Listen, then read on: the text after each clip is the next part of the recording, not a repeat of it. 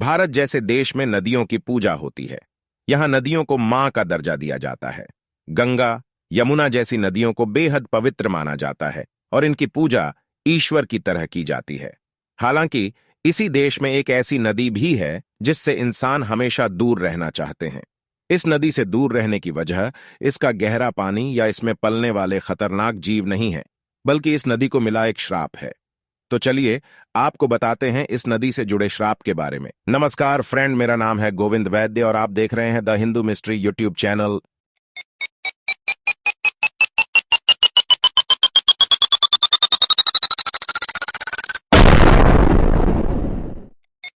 इस नदी का नाम है कर्मनाशा। ये उत्तर प्रदेश और बिहार में बहती है। जैसा कि इसके नाम से ही पता चलता है कि ये नदी आपके कर्मों का नाश कर देती है। यूपी के सोनभद्र, चंदौली, वाराणसी और गाजीपुर से बहती हुई ये नदी बक्सर के पास पहुंचकर गंगा में मिल जाती है। लेकिन दोनों ही राज्यों के लोग इस नदी के पानी का इस्तेमाल तो छोड़िए, इसे छूने से भी डरते हैं।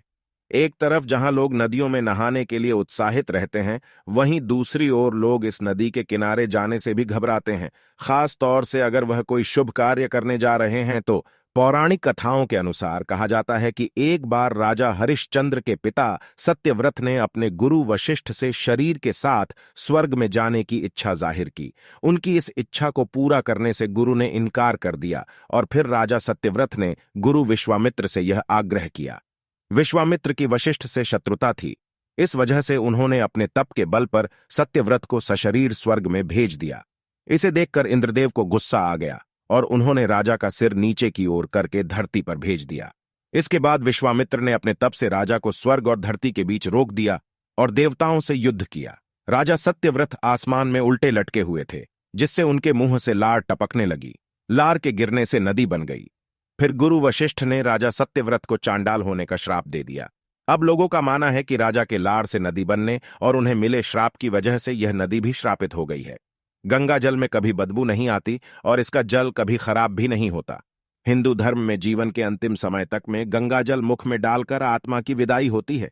क्या आपको पता है कि गंगा जल कहीं भी लाया ले जाया सकता है, लेकिन एक खास नदी को पार कर गंगा जल लाना मना होता है।